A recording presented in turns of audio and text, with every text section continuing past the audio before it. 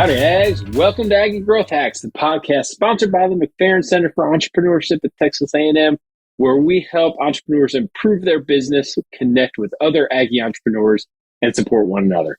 I'm your host, Greg Martin, Fighting Texas Aggie class of 2001. And I'm your co-host, Chris Hunter, Fighting Texas Aggie class of 1998. Whoop! Well, we got a little story for you, Ags. Jake Carlile is a current student of the Fighting Texas Aggie class of 2023. Jake is the co-owner of Arete Property Group, a company that he and his co-founder started during COVID, and they have guided this company through some phenomenal growth. You will not believe how fast and how far he has come in just a short amount of time. All of this while balancing school, balancing a business, helping grow the entrepreneurial spirit in Aggie land.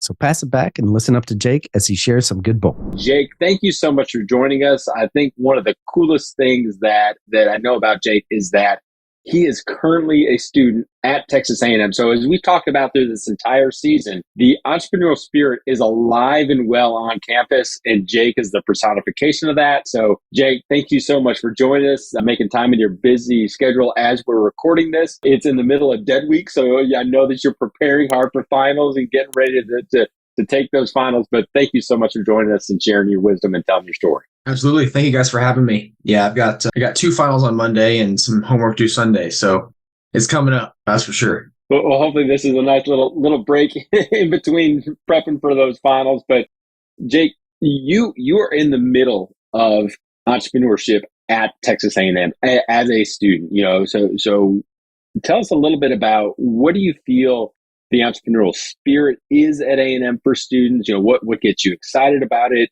What really encourages you that we need to know? Right. Well, so really, it's honestly been more of the alumni that have reached out or been super supportive of me, whether it be alumni and when I'm talking to attorneys or title companies or lenders or whatever have you in the community. When they learn that I'm a student still at A&M and just fully involved in entrepreneurship and in my business, I don't know if they're impressed, but they're just like, that's not normal. So they kind of dig in a little bit, and they really, really like to hear my story. But there are also a lot of different clubs that are at A&M that I've been a part of. I said not that I've been a part of. There's a lot of clubs, but there's two I've been a part of, is the Aggie Investment Club and then TAMU Real, the Real Estate Aggies and Leadership. That one has been good. And they have weekly speakers come in and speak to us. And so it's really a very good concentration of real estate entrepreneurs that either are already in real estate or have aspiring goals to be in real estate. So it's been good. A lot of the alumni, though, have been very, very supportive and just been really pushing me to be better. I mean, that's really as simple as I can put it. It's been a lot of the alumni that have helped me grow. That is so cool. So I want to dig in a little bit on that. So how have some of the alumni, can you give a specific instance on anything? For context, I do go to the gym a lot. So a lot of the people I meet that are alumni that I now associate with, I meet at the gym, or I meet them in some sort of business dealing, like I said, with title company or attorneys or realtors or whatever have you. This particular day, this guy didn't know who he was, saw me, somehow got my name and reached out to me on Facebook. He said, "Hey, I want to get a lunch." I'm like, "Okay, I guess." I don't get a lot of that, but cool. So we go to Yummy Yummy, which is now my favorite place ever. The Mongolian Grill. If you ever go there, go get the bowl. It's amazing. And we just talked and talked and talked. And he wanted to learn more about me. Apparently, he had done some deep dive, because I have all my stuff on Facebook and Instagram and what have you. And so he had done some history and research on me. And I didn't know who he was, right? And so it turns out he was an entrepreneur, about 30 years old, had sold a company in the past, and he was an Aggie class of 14, I believe, had 2 master's degrees from A&M, and just he just took hold, right? And we were just in the gym. That was literally it. And so he's also become one of my best friends, one of my best mentors. And it all stemmed from, I guess, just him seeing me at the gym and digging deeper. And I don't know what sparked it. I've never really got an answer on that, but that specific example and that's going to lead me to a lot of awesome things down the road, because I guess he just saw something and ran with it. So awesome. And that's a perfect example of the Aggie Network right there, in action. That is really, really cool. So Jake, why don't you tell us a little bit about your company, what it does, and why don't you tell us also, I'm really interested, why did you bite that off while you're and do that while you're a student? Yeah. So my company is kind of has two sections to it. So, and originally we started out as Arete Property Management, and really it was just a broad term for anything property management. Like, we always got confused with property managers because that's what it says, fair enough. We actually didn't manage properties. We just bought places, renovated them, rented them, flipped them, sold them, whatever. And then we also have Arete Property Group, which now has kind of been the evolution of Arete Property Management, which is now on the realtor side. So we have sales, leasing, land development, high-end flips, stuff like that. So it's just kind of gone a lot deeper into the rabbit hole of real estate. So there's two sides of it. So I mean, we're sort of an all-encompassing real estate company. We have a in-house construction team. So we have 8 guys that work for us full-time every day, 5-6 days a week. And so they do anything and everything for us. So they'll do flooring, painting, framing, replacing windows, sheetrock, tape and float, fencing, et cetera, all of that. And so we only have to sub out the trades. So plumbing, HVAC, et cetera. So that really gives us an edge on really anybody in kind of our residential space, because we're mostly in residential. We're not commercial yet. And I emphasize yet, but that's really what's given us a leg up on everybody else, I believe, because, if our biggest problem coming here was finding GCs and finding great contractors to work with us. I can't control them. So if I have 4 projects, I can't be like, hey, go please do this project. Well, they have 4 other ones too. So who are they going to listen to? So we just took it upon ourselves. We hired 8 guys. We have a couple trailers, a couple trucks, and this is recently in the last 6 months. So we've seen a lot of growth recently. And I just parlay that into being something other than a realtor. I ended up getting my real estate license, and I parlay all of that into, hey, this is our services, this is what we can offer. And so we have superior service on the leasing side, buying side, investing side, sales side. So that's kind of what we do. We're full encompassing. That's a lot, I know, but we're figuring it out and trying to get it done. And then I'll come back to the why did I do this? It all started when COVID hit. I actually transferred from Blinn to come into A&M. So fall of 2019, finished my first semester at Blinn. I was living at Park West. I'm sure y'all are familiar with Park West. I was like, and I had a car detailing business at the time. So I was like making good money, like paying my bills. I had the business, had the entrepreneurial spirit, yada, yada. Cool. Well, honestly, it really sucked. Like, I did not like it at all. And it did not say boring. I just got really burnt out. I was like, well, maybe I should just go get a hourly job, pay the bills, and figure out what I want to do next. So I went and worked for Aston Aviation for a couple months, and at the private FBO there. I was a land service technician, and that was really cool because I got to see a lot of the people who were sort of not necessarily at the end game, but like sort of where you want to be, quote unquote, right? Coming out of the jets, flying in the jets, like pulling up in your Cadillac, rolling into the private jet, having somebody take it off for you. Like, that's pretty cool stuff, right? And like one time we got to see Chuck Norris come in, we got to meet Chuck Norris. Like, it was really cool. So it gives you a lot of inspiration, right? And so it's like, man, I would like to be in that spot one day.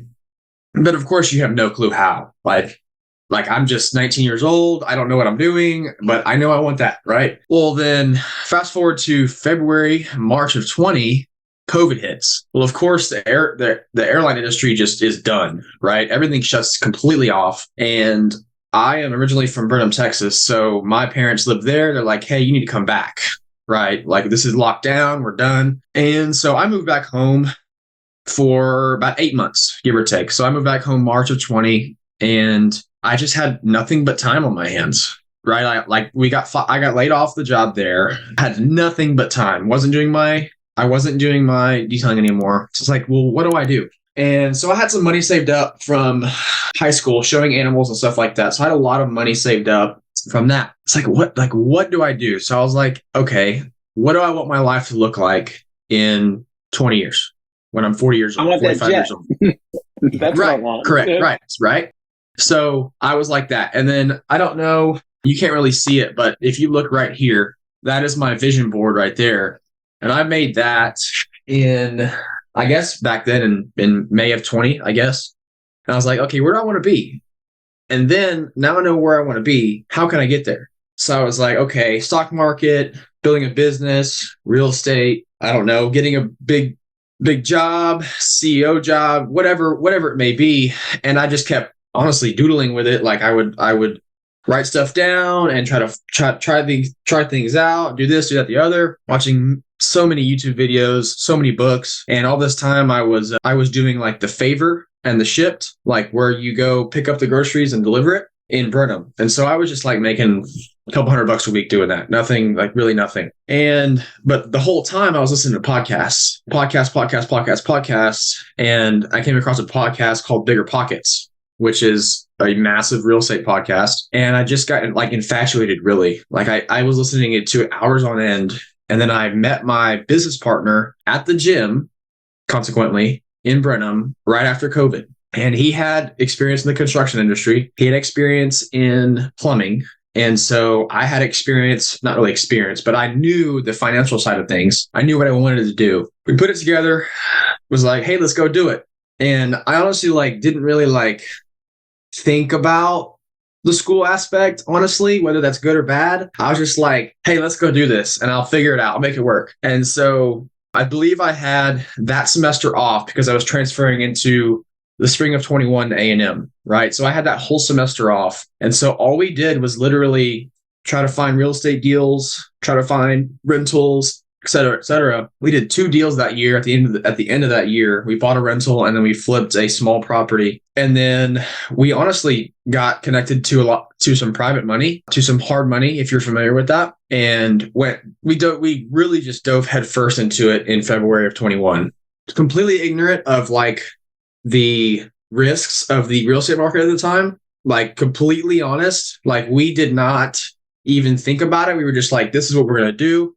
We're going to go. And obviously the market was hot as crap and continued to be hot for another year after that. And so we just jumped in. I think we did 5 flips the first year. And I was like, man, I really don't like. That's amazing. Yeah. It was hard. It was tough. But we did 5 residential flips. So bought a house, remodeled it, sold it. I was like, man, I really don't like giving away these commissions to these realtors to sell our own stuff. Right. And so I was like, I'll go get my license to help us save some money. And so I got my license in, I think, November or October of 21. Yeah, we're in 22. So I've had it for about a year now. And I really didn't want it. I didn't want to be a realtor. I had no interest, none at all. I just wanted to get it to help us. That's it. That's really it. Well, we start buying more things. Our goals get higher.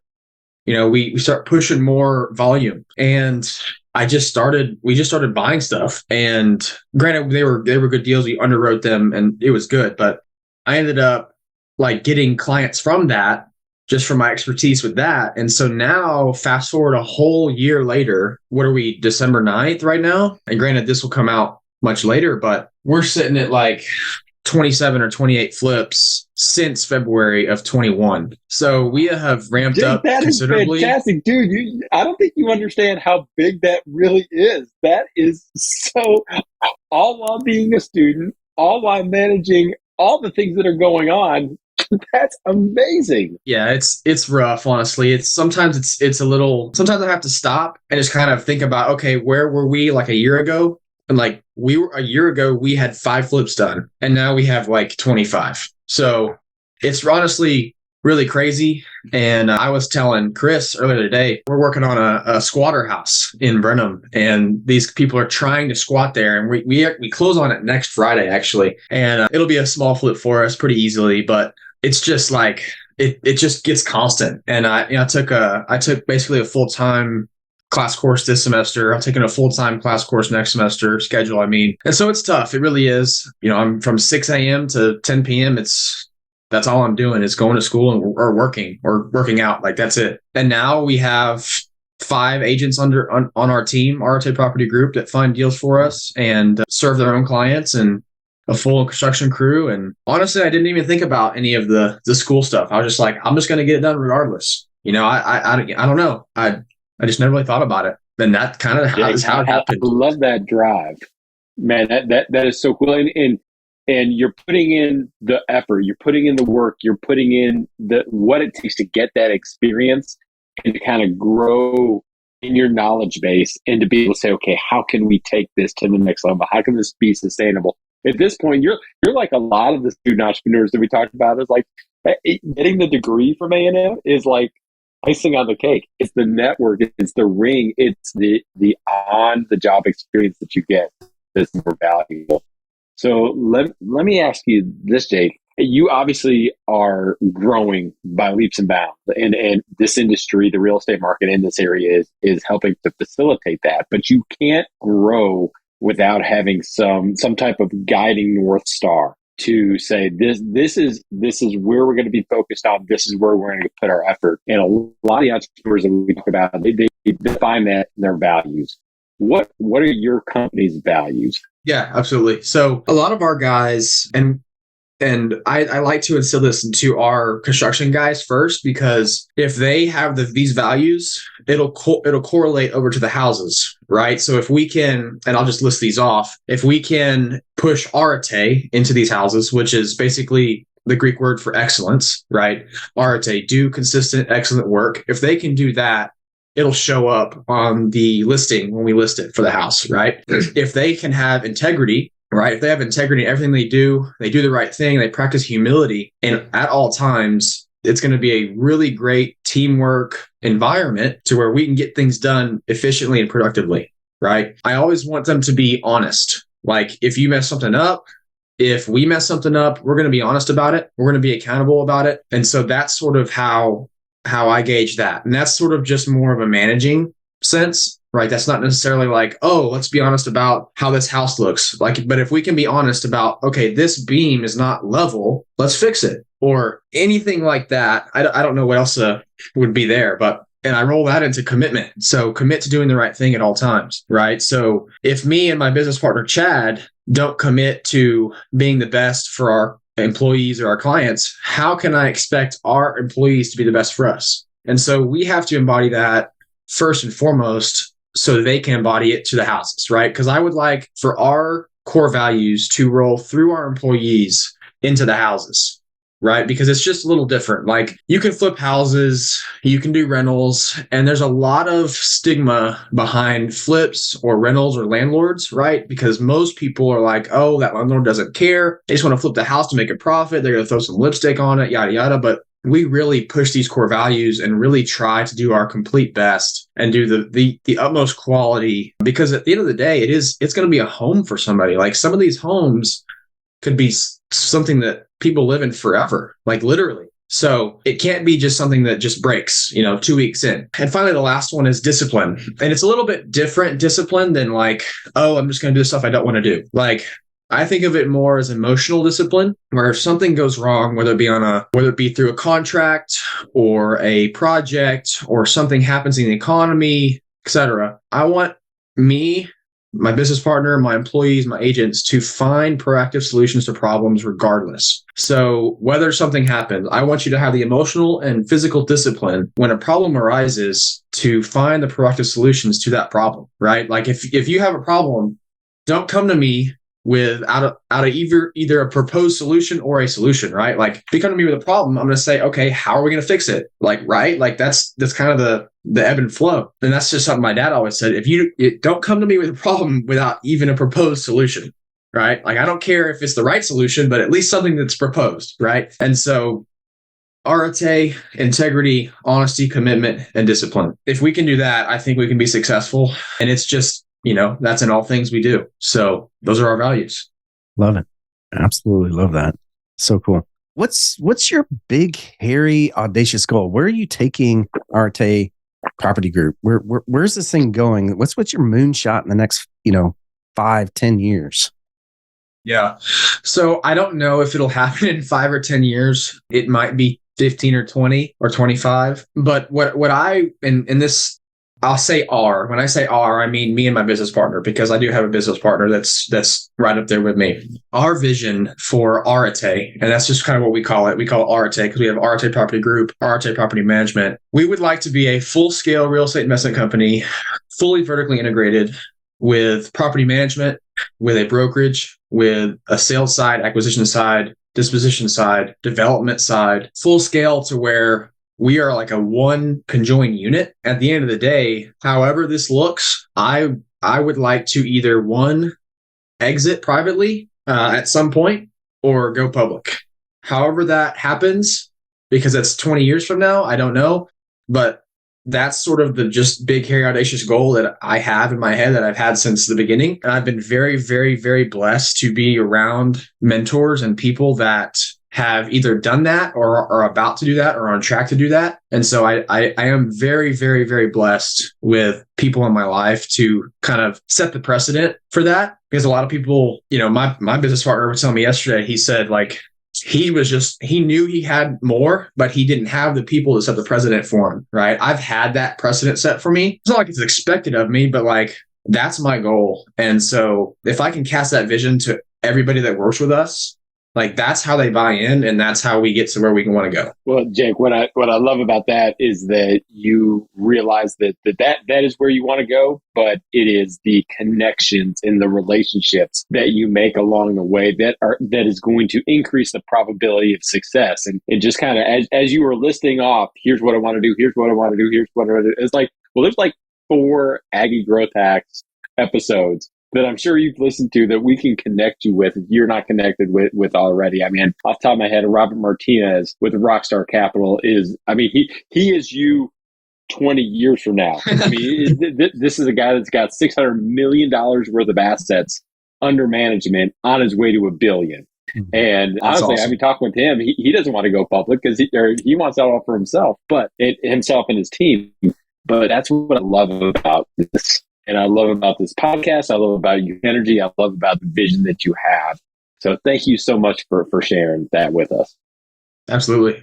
We're going to roll into the lightning round now. One rule for the lightning round, just try to keep this under a minute. First off, what is your favorite hack, a business hack, a personal hack for you, since you probably only get 2 hours of sleep a night, a sleeping hack that we can learn from you? So really, I think it really comes down to taking care of yourself. I have always been super into fitness, super into health, super into eating right. Past all the business stuff, I think there's a million strategies and a million ways to do that right. Right. You can look it up on Google and get it done. I think that's not the hard part. The hard part is controlling yourself. So every day I am waking up, going to the gym, doing cardio, sauna, reading, doing my Spanish lesson, and getting the stuff that is going to fill me up first, fill my cup up first. And at that point, I can go be my best for everybody who depends on me.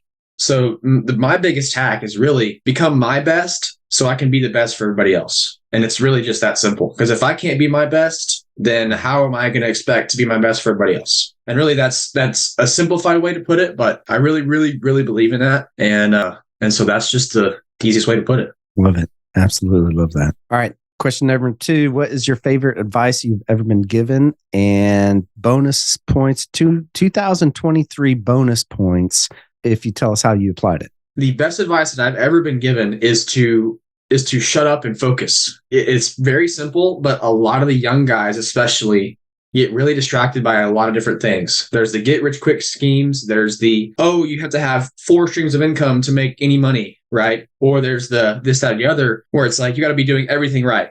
Well, if you do 6 things, you're going to be doing 6 things average or below average instead of just doing 1 or 2 things amazing and crushing it, right?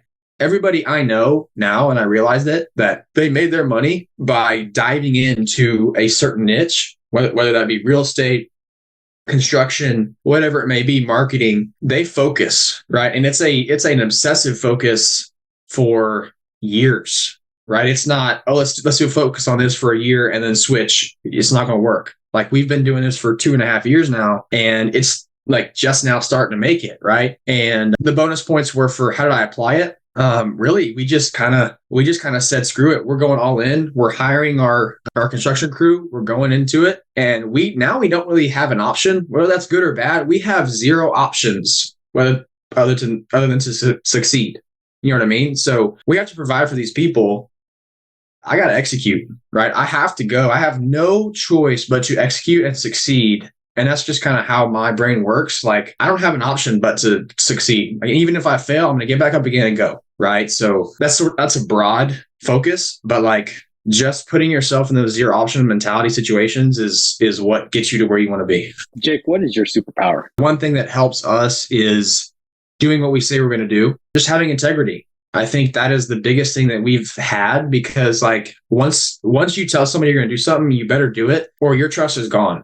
Right. I think a lot of people that we do business with, why we do well is they trust us. And so I guess that could be our superpower, right? Me and my business partner, is we have integrity and people trust us. Right. And if they can trust you, then they're going to give their money to you. They're going to buy houses with you. They're going to buy homes with you. They're going to, do anything that you ask them to, like, not manipulative wise, but like in investments, in when somebody wants to go buy a house or a home for their family, they have to trust you. Or when you sell their family's home, they have to trust you, right? And so I think that's our biggest superpower is integrity. I mean, people just trust us, but it's not been easy. Like, we've had to upkeep that reputation. We have to be steadfast on that, right? With our core values, we have to practice humility at all times, because if we don't, then we lose it.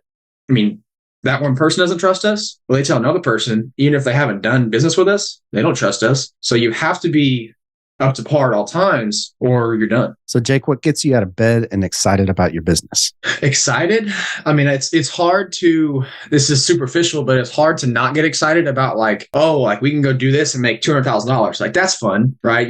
I'm 21 years old, about to be 22. Like, that's cool, right? What really fundamentally pushes me, and I know pushes my business partner, is we have 8 guys that work for us. And it's not just 8 guys we provide for. It is their wives, it's their kids, it's their families. One of our guys sends half of his paycheck every single week right back to Mexico to build his house for his wife. And we get to see pictures of that every week. Wow. Of the house being built. And so if that goes a lot farther than let's make $200,000, because you can go make $200,000 and it can be gone just like that, right? But if you make a lasting impact on your people, that's really what gets me up. Like, I love talking to those guys and just encouraging them and giving them chances and giving them opportunities because they come from places that don't have that, right? And so if we can do that, that's really what gets me going, because at the end of the day, without them, we're nothing. And I think we just have to understand that, right? I mean, like, there's no making that $200,000 without these guys who we have to provide for. Like, it's not just 8; it's likely more like 40 people that we're providing for. At the end of the line. So that's what keeps me going.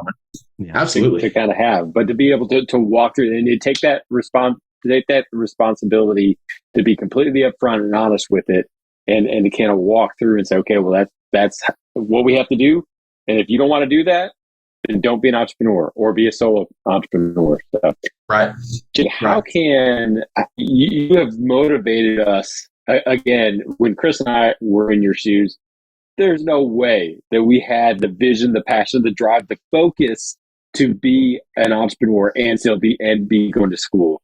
So how can the Aggie Growth Tech family get in touch with you, and how can we support you going forward? Yeah. So, I mean, I don't have crazy Facebook following or Instagram following. It's just kind of my personal pages. We do have a company page, is Arete Property Group, Arete Property Group on Facebook. It's where we post most of our stuff. But you can connect with me on Facebook and Instagram at Jake Carlile or Jake Carlile 2 on Instagram. And I also have my own podcast that's called Capital Gains, and we talk financial literacy on it. So get in contact with me and make a relationship, and that's really it. I don't really need anything other than, hey, let's get together and talk and see how we can help each other. A simple lunch. If we just have lunch once and never have lunch again, perfect. I mean, it's if we can help each other and share each other's posts and in any way possible, I'm always down to help people. And just give me a call and shoot me a text and see how we can help. Well, thank you so much for coming on, Jake.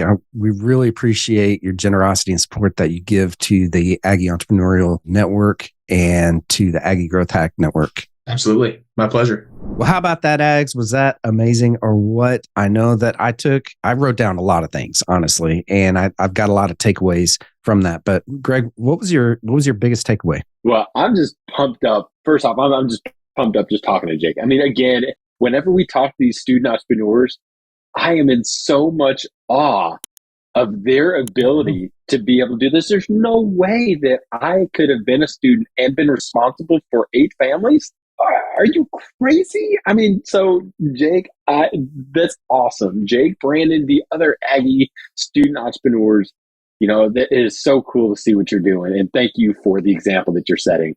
But the thing that I constantly heard from Jake was how he got his education. And A&M is, I mean, shoot, he's going to school. I think he's planning on going and getting his master's degree. So he sees the value in the education that A&M provides, but it's the education through the Aggie network that I think is most important to him and what has been most valuable to him. I mean, to be able to go in and to start his company and to be able to be given some guidance and some help. And I mean, to his own testament, he was ignorant of the risks of his business. And, as he was talking through some of the stuff, I was like, the banker in me, I was like, oh my gosh, no. But look at his success. Yeah. I mean, 28 flips in 2 years, less than 2 years. Yeah. I mean, that's absolutely fantastic. And he's open to learn. He's open to meet people. He's open to connect with other ags and to be able to learn from them, ask questions, but also give it as well.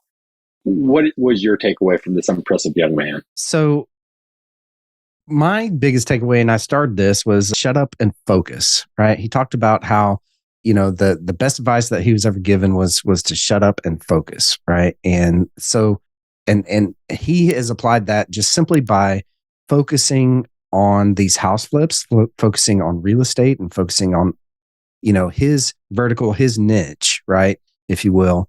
And he's right. When we start, as entrepreneurs, start saying no to some of the things that are thrown our way, and we start saying yes to the things that we know that we do really well, right? I mean, we've heard over and over and over again, do what you do best and outsource the rest, right? We've heard that from every entrepreneur just about, and in his own way, he's saying exactly that. Focus on that one thing, that you do really, really well.